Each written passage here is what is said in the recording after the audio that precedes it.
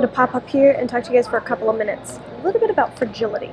Now, again, I know that most of my audience here is going to be white, and you should be. There's a lot of things that a person could say about white fragility, and in fact, I'm going to include in the description box an article from the New Yorker that I thought was a fairly good description. When we hear this phrase, what does it mean? But what I really want you to get out of this today is how we transform fragility into humility. I wrote the other day, stop being fragile, start being humble. We've always known what to do. And this is where we need to step up and step into who we are. No one's asking white people to apologize for their skin color or to be unborn. That's not happening. But what happens is when you're part of the oppressive race, there's this tendency to overwhelm yourself with the guilt, so much so that it really becomes about your insecurities rather than the healing and justice that's needed and that it takes to do the hard work and make changes for the better of the society, for the better of the community, and so forth. Your fragility is your inaction. It's your fear.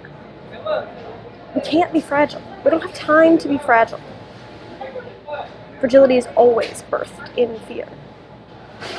It's when the oppressor or the abuser falls to their knees begging for some sort of forgiveness or some sort of penance for the wrong that they've done because they grew a conscience for 5 minutes.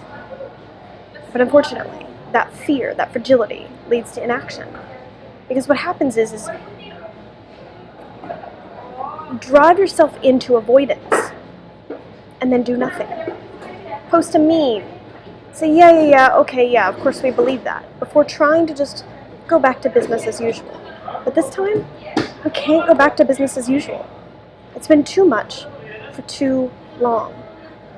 So what do I mean by saying don't be fragile, be humble? What is the humility part of it? What is the humble part? Well, humility is a confident surrender.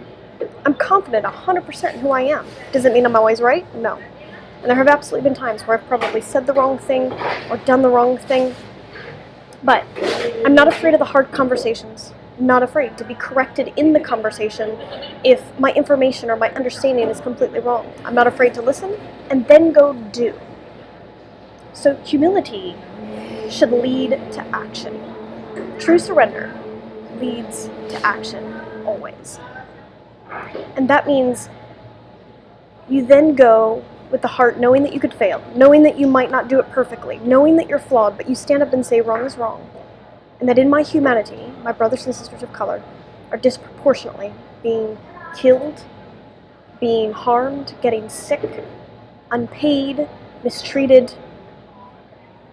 And I'm going to do everything in my power, my privilege, to assist. And learn along the way, listen along the way. So listen, have the hard conversation, don't be afraid of it, but then go do. What can you do in your community? How can you help? Are you a white business owner who could open up your business for people to come and have truth and reconciliation conversations between one another? Where the oppressed gets the chance to have agency over what's happened to them, and the oppressor is given permission to be visible in order to come to their remorse. Because that's what has to happen.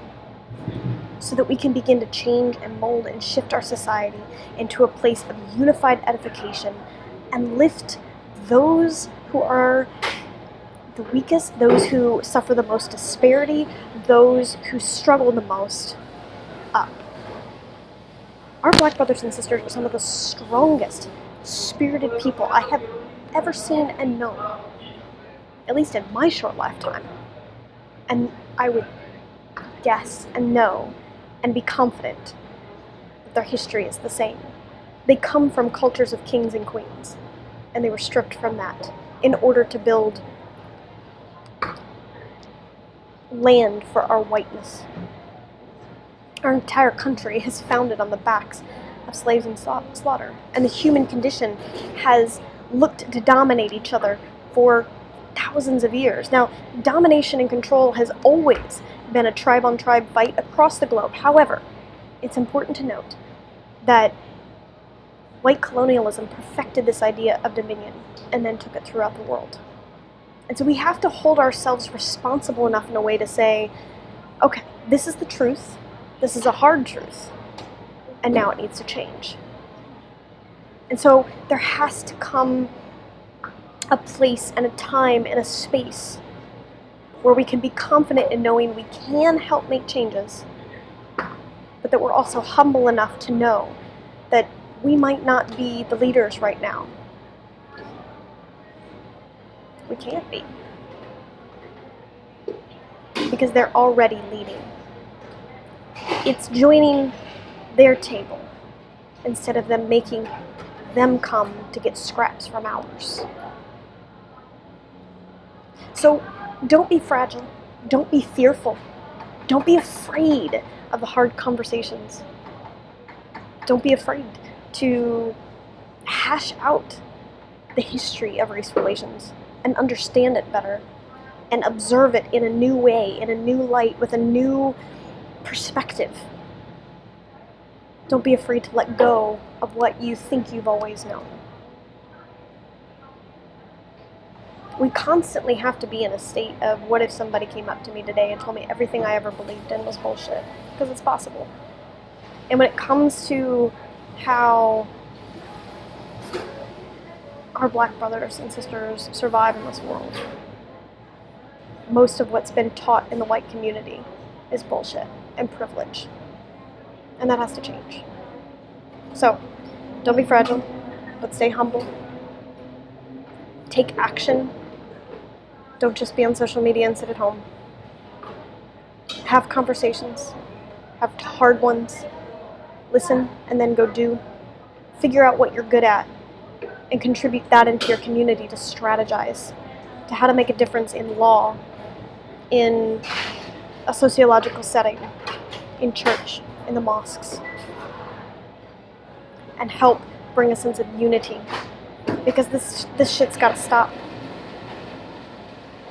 This racist, systemic bullshit has got to stop.